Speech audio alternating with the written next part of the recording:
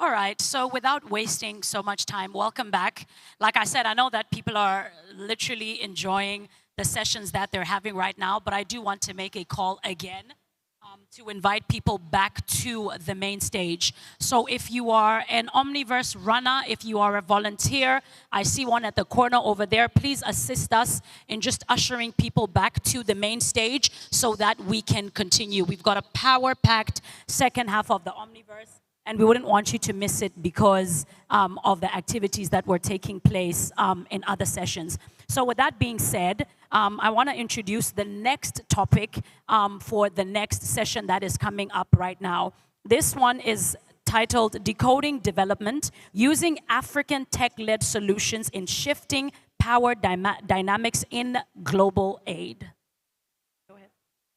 So that's the next panel session, Decolonizing Development, Using African Tech-Led Solution and Shifting Power Dynamics in Global Aid. So first, we're going to be welcoming the moderator for this panel session. So ladies and gentlemen, if your hands are not too busy, please put your hands together for Yetunde Asika, who is the co-chair, Bandung, Africa. She'll be moderating this very important panel session. So please, let's put our hands together for her. Let's give her an Omniverse 2025 welcome. We can do better. Omniverse 2025. Make her feel welcome. There you go. I love that energy. Yes. So please have your seat.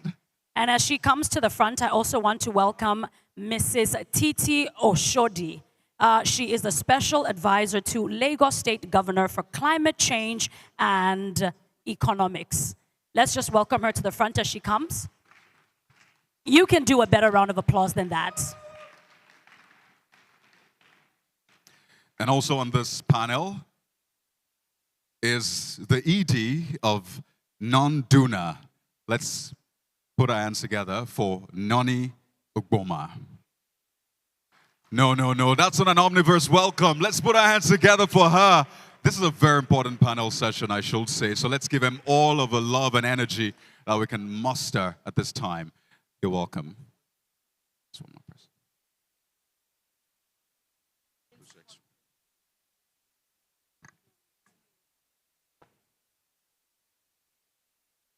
And last but not least on this panel, we're going to be welcoming Prince Fola Kundebu from Ajoba Development Foundation. So please let's put our hands together for Prince Kundebu is in here. Not to worry, we'll get him, but you can get started. So for the next 20 plus minutes, let's give the panel session our rapt attention and all of the energy that we have. All right, Prince Kundebu, are you here? I understand you're here. Let's give him a round of applause as he comes to the front.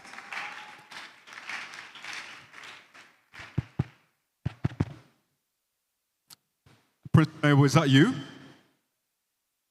That's not him, is it? Oh, he's not here. He's not here, apparently. But don't worry, we'll get him for you. Yeah. You wait for him. All right, so we're putting out a message out to Prince Kundebu. We need you on this panel right now. All right, Nana, thank you very much. So we'll just wait for a few moments for him to arrive, and then we can start the panel. Thank you. Again, just to recap, as we're waiting for Prince to come to the front, this is the second panel discussion of the day, and this one is titled Decolonizing Development, Using African Tech-Led Solutions in Shifting Power Dynamics in Global Aid. I thought y'all were going to clap for me, but that's all right. Thank you. So for the next 20 plus minutes, as we said earlier on, we'll be having this panel session. As we'd expect others to join us, I want us to understand that the Omniverse 2025 is more than just an event. It's way more than that. It's a community. It's a living thing. It's more than just a few days of coming together. Relationships will be built, deals will be signed, lives will be transformed. Ultimately, Africa, Nigeria, and the world will be better for it as a result of all of the innovative talks that we'll hold here. So congratulations for being a part of history in the making. As we wait for Prince Kundebu, whom I believe will join us any moment from now, I was talking to Inam earlier on about the relationship between Nigeria and South Africa. I was telling her that it's a match made in heaven. So I wrote a joke, everyone, and I want to try my material on you. How many of us want to hear my joke? Help me out here. This is my career. I'm starting in comedy. So I told her that, you know what? The relationship between South Africa and Nigeria, yes, is a match made in heaven. And I asked her, do you know where I feel the love for South Africa? I told her, in my soul. Help me laugh. I would explain my joke, but just laugh. So her name is Inam Maso. So I switched it to, it's really terrible that I'm explaining my joke, right? That's what I'm saying. It's really terrible. I'm going to reconsider this career. Obviously, it's not working. I'll stick to broadcasting. But I was doing play on words. Inna my soul. I feel it inna my soul. Inna my soul. Help me out. Laugh. Inna my soul. Thank you very much. Prince Kudayibu, I'm doing this for you. I think we can just start with the panel session. Since my comedy is not really working out today. But I'll be back with more jokes, I promise you. Over to you now, ma'am. Okay. All right, good afternoon, everyone. And we just want to say thank you to the Omniverse for putting together this amazing summit. Today is the first day of the Omniverse 2025. I know some of you have been here since this morning, so you already know. Today's Narrative Day. So what we're going to talk about in terms of the topic of today is basically how Africa can, or Nigeria, can reclaim their narrative in terms of development. Okay. So this panel today will be examining how African-led initiatives and organizations can redefine partnerships in development projects to achieve an impactful and sustainable development. So we will also explore the promotion of sustainable, gender-inclusive climate action and entrepreneurship using regenerative and non-extractive philanthropic practices to ensure that activities do not deplete or exploit local resources. Because what you find is that when we rely heavily on foreign aid or the global West to decide how it is we do things, how we progress development here, we find that they're not always sensitive to our resources and what works best for us. So today we're going to discuss how do we reclaim that narrative, how do we decide by ourselves the solutions that we need. How do we move from a top-bottom approach to a more bottom-top approach, starting from the communities, grassroots communities, and small industries? How do we move from there to be able to make our own decisions and come up with our own solutions using tech as a driving force? So I'll first turn to Nonny, who's here on my right. So if you'd just like to introduce yourself, tell us about your organization, what you do, and the question I wanted to ask you is that why is it important for us to sort of reclaim our narrative? Why is it important for us to tell our own stories, to find our own solutions? Thank you. And congratulations to the organizers. Such an amazing event, just amazing. Thank you for the invitation. I'm Nonny Ugboma.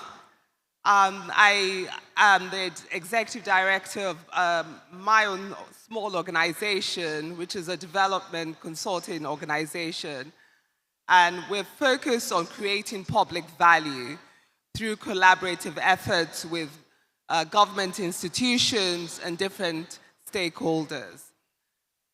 It is important for us to reclaim our own narrative. This is fundamental because context is important. Historically, our mode of knowledge production is also very different from our colonial past. And a lot of the things that we've inherited are things that almost were, I would say, they're copy and paste solutions that might not necessarily take into consideration our context. Context is incredibly important.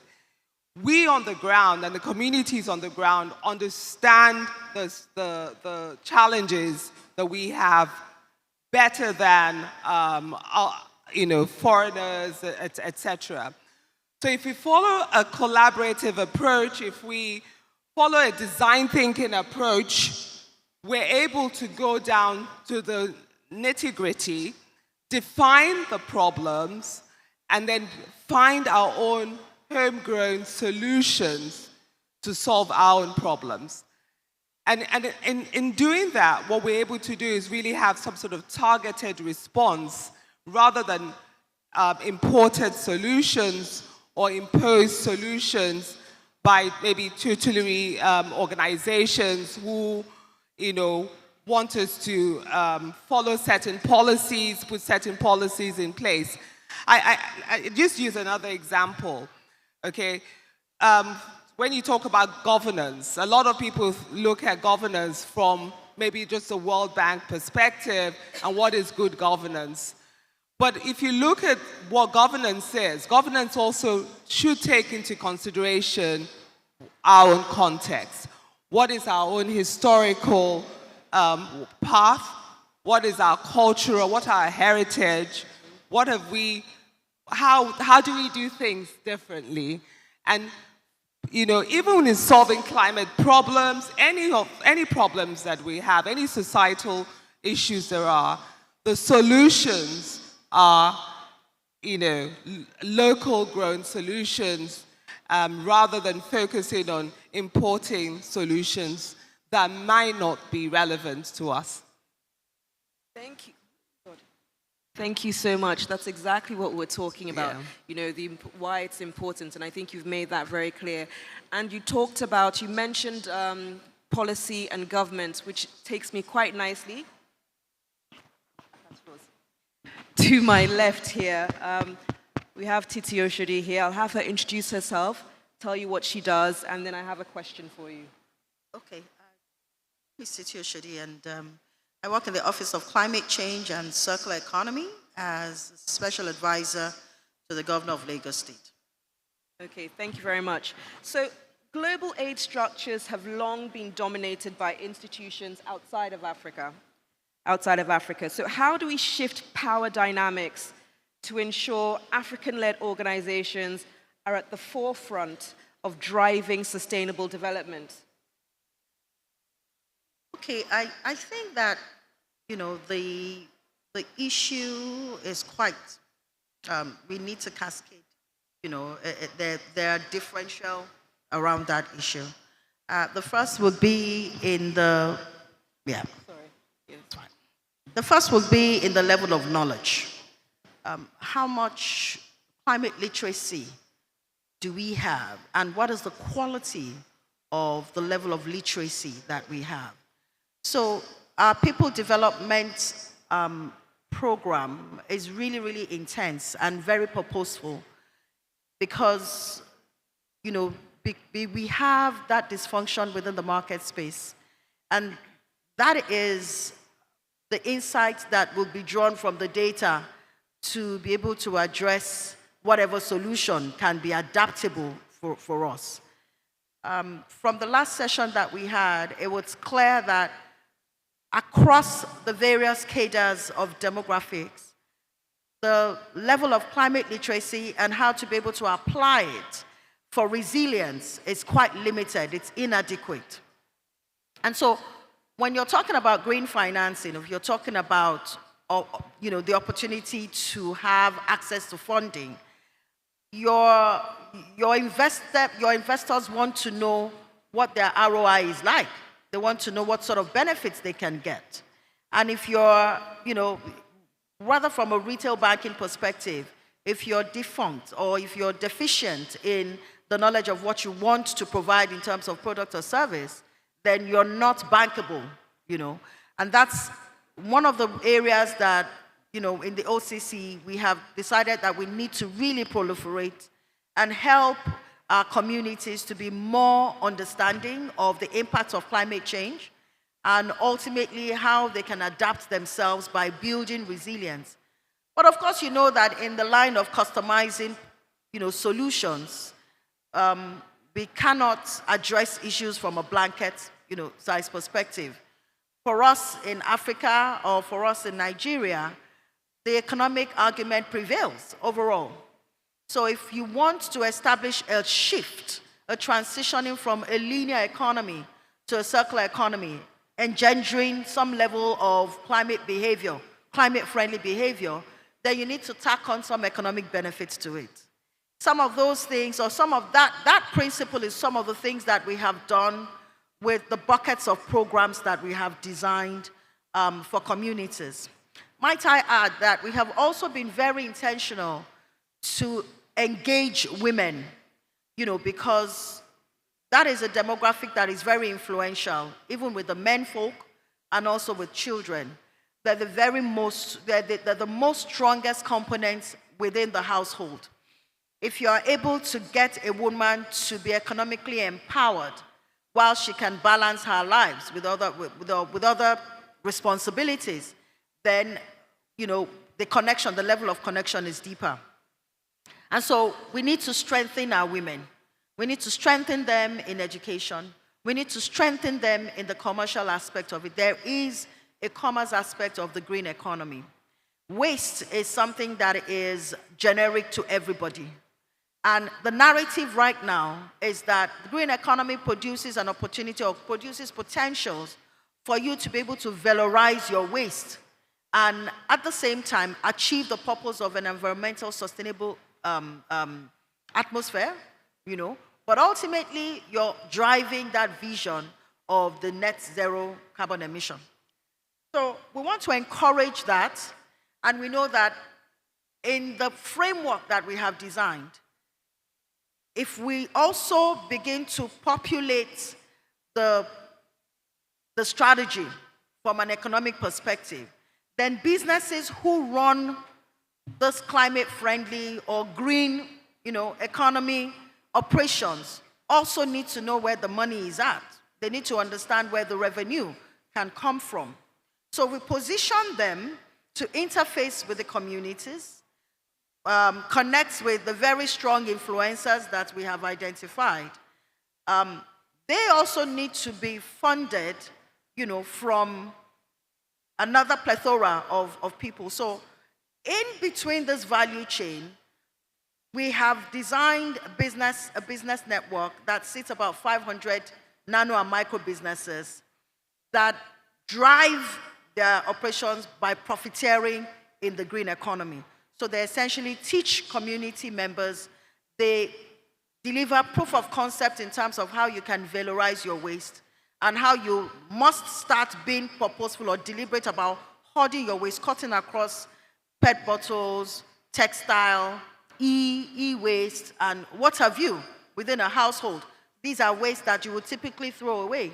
But we're beginning to drive that narrative and, engender that climate-friendly behavior.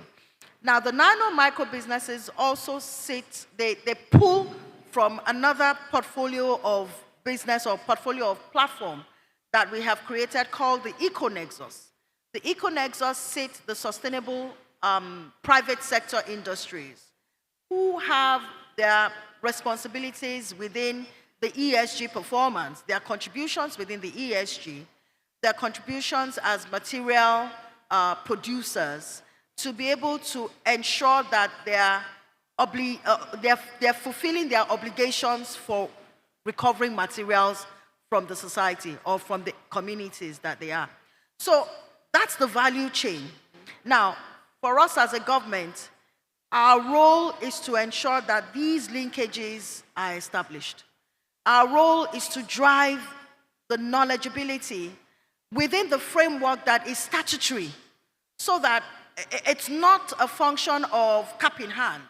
It's a responsibility, it's an obligation, and they need to remit those obligations so that we can ensure, that sustainable green economy that we're all working towards. Women stand a very, very strong, and I want to give a few examples, from the Eco-Nexus and some of the programs that we have designed. We have partnered, right now we're partnering with AFDB, we were able to secure an expression of interest from the EU Africa Chamber of Commerce in the area of green finance. We're working closely with Access Bank because they also have a partnership or collaboration with Lagos State on the green bond. Circular economy is a very strong pillar within that green bond framework. But we want to be more intentional about working with women. Textile is the third highest pollutant globally, and there's so much more. I'll give you an example. The already established ban, policy ban, Yes. has emanated and precipitated another area of business for our people. Absolutely. Yes, So we now have women in business networks that are beginning to look at how to produce shopping bags from offcuts of clothing, textile. I like that. I mean, I like the fact that Lagos State, the way the Lagos State has decided to approach the development is to, how they've made it our own solution-based moving forward is to make it gender, to gender bias it. To include women. This is not this may not necessarily be an initiative that we would get from, from other Western, countries. They may not see that as being the way to move forward, but looking from our own narrative and coming from our own perspective, that is what works here. It's important. And that's what it's important, and that's how we reclaim our own narrative. Yes. Okay, we're going to have just time for one more question for Prince Folakudeimbo, who's CEO of Ajoba Development Foundation. Titi has come from a business perspective. I'd like to have your perspective coming from an NGO. How can we move beyond traditional donor-based relationships and foster, partnerships between African organizations and global funders? How do we move away from, we see what's happening with USAID. We cannot rely anymore on foreign aid. We have to rely more on our solutions. How do we do that? And how do we foster partnerships to make it work for us? Sorry, you could tell us what your organization does first, please. Okay, thank you. In a matter of very briefly, I'm sorry, I think we've run out of time. Have we? We want to be able to have the audience ask a few questions as well. Okay. All right, so just to answer your question, in terms of the imbalance around the aid and globally, I think generally, when you look at the situation in Nigeria and in Africa as well, aid as a tool for development has not really worked for us. If it has, the impact has been very, very minimal. And so, I think about a week or so ago, on the back of the issues raised by the withdrawal of USAID, I think it was Mrs. Ngozi Okonjo-Iweala that basically said aid is dead. Introduce the topic. And she was responding to African leaders by saying, Thank you. forget about aid, look inwards, look at what you can actually generate internally within your countries and actually develop that. And I think that's really what we need to do at this stage. We are almost starting on a clean slate, but it's not down to zero because a lot of what has been happening prior to the reliance on aid by foreign donors has been working for us. And I think we just need to go back to some of those solutions and use technology to improve on the development of those solutions and their implementation and also their refinement. So everything we need really is within we have it, is within our coffers. And so we don't necessarily need to look at different models. We just need to look inwards. And by doing that, you are already shifting the power imbalance. Because if you're not relying on me to tell you what to do or how to do it, then you've already flipped the balance. So I'm essentially in charge of what I'm doing. And I think that's essentially the message. We need to look inwards to solutions that we can afford solutions that we can implement and we can grow at our own pace. You know, when you look at the issues of climate change, Africa has contributed something like 2% to what is actually happening around the impact of climate change. But we are suffering the impact of climate change, even though we have contributed very little to it. So our responses to it, in my mind, is not really to say, well, you know, give us the money and then you can solve the problems. It's about looking at, again, some of the things we've been doing that were actually sustainable. Sustainable farming, sustainable fishing, sustainable agriculture, all these things. Go back to that level, and then we can grow and develop from that stage. Okay, thank you very much, Prince Falakudembu. You talked about we need to come up with our own solutions. Maybe you can tell us about perhaps the initiative or program that your organization perhaps implements, what it is exactly you're talking about. What are your homegrown solutions, and how does that work in terms of climate change and women empowerment? Yeah, if I can pick on two different sectors. One is in agriculture, excuse me, and the other one is in the blue economy, fishing. Most of the people that are involved in the fishing industry actually are women, right? So whatever solution you are implementing that is making that sector much more efficient would actually benefit women more, right? So Ajoba Development Foundation is a women-focused NGO looking at training, technical training, capacity building, access to finance, and essentially organizing those women businesses in a way that allows them to do things better, allows them to access finance better, and develop and refine what they're doing. So what we're doing is working with partners on the blue economy, for instance. So the project we are delivering with our partner in Bayelsa State, looking at that sector, looking at the periwinkle, which is something that is fished sustainably and it has been done, but the impact of climate change is having a devastating negative impact on that business. And that business is controlled 90% by women.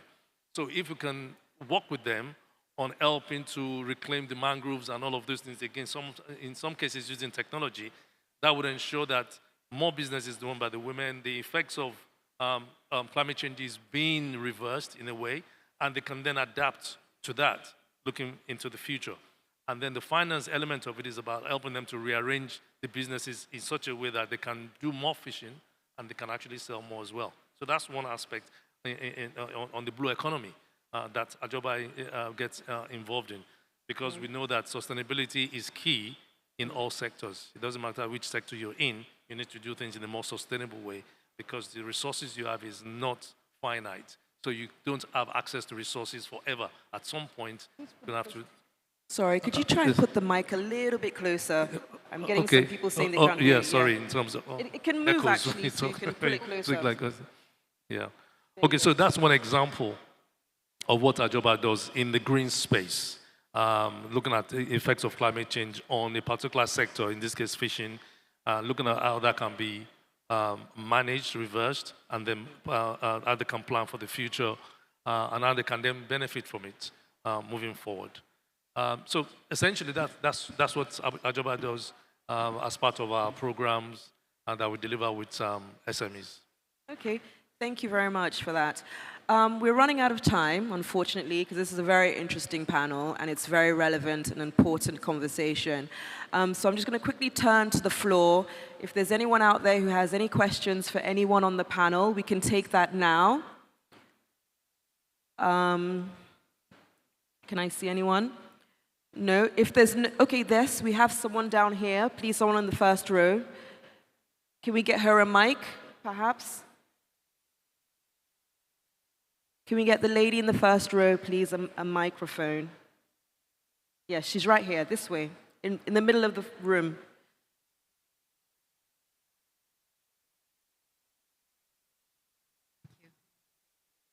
Hello, yes, please, you can introduce yourself and your question or comment and who you're directed to on the panel.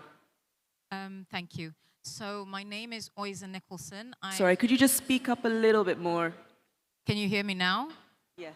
Okay, so my name is Oisa Nicholson. I'm the country director for Palladium in Nigeria. And so we are, let's say, an implementing organization. So we implement a lot of programs for funders. So I just want to say this is a really interesting conversation that you're having around how we decolonize aid. I guess I wanted to talk maybe the first speaker on the panel around aid of itself. I don't think is a bad thing, right? I can't hear you. Can you hear me now? I didn't hear the first thing you said. So I said aid of itself, the funding that we get is not a bad thing. I think there's a responsibility on our part. If you look at how much the total aid that comes into Nigeria, it's less than 5% of our annual budget as a country. Okay. So, I mean, that's kind of impressive. I think we need to think about what are in each sector. I want to make reference to what the Minister of Health is doing around the health sector investment renewal plan. And what he's doing is he's setting out a strategy, a long-term strategy for what's needed in the health sector, the financing that's needed, where it's needed, and where donor partners should be, or indeed private sector should be putting funding in. I think it would be excellent to have that sort of thing across every sector, because then we take back the power. We're saying this is what we want done, and this is where we want the funding. So I think there are examples of that. I just wanted to come on to when we talk about green finance. I'm really excited when we're talking about Lagos State having climate change strategy. One key area we need to be thinking about is Africa or is Nigeria even ready for accessing green finance? What I mean by that is there are carbon markets out there. We're gonna, even if we move away from governments as donor, as where the funding comes from, and we're looking at private sector. Private sector funding is going to start coming with ESG strings attached to it. How are we positioned as a nation? How are we positioned, even as a continent, to start tapping into that, into carbon credits? So I think maybe it's comments and reflections. Thank you. All right, thank you so much. Thank you for that. It's unfortunate because we had a 2-hour session roundtable with about 13 stakeholders up in one of the rooms here, and we discussed everything that you talked about. I'm going to try and remember what you said. The first point that you made was government isn't doing enough. We're using just 5% of our budget in terms of something to do with the health industry, and so we need to do better. We have Titi Oshodi here, who's talked about policy and government already.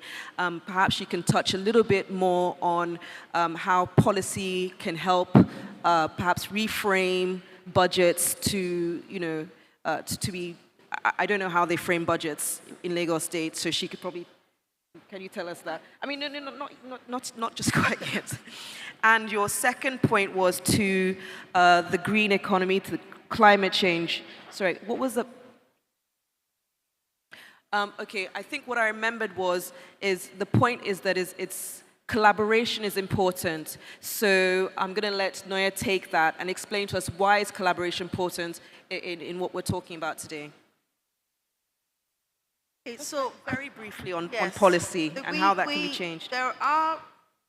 We have the Climate Action Plan that guides how we operate within the space of circular economy, or because it is driven, by climate change. Circular economy has come as an approach to addressing these climate change issues. I know that 2023 we had the circular economy framework that has also been introduced. I think that more importantly, positioning for us is definitely inherent within our MSMEs. The MSMEs are the right vehicle to help us connect between the communities and those businesses, the private sector that you have talked about, that have their obligations within the ESG and the EPR to statutorily and legally be able to run the operations.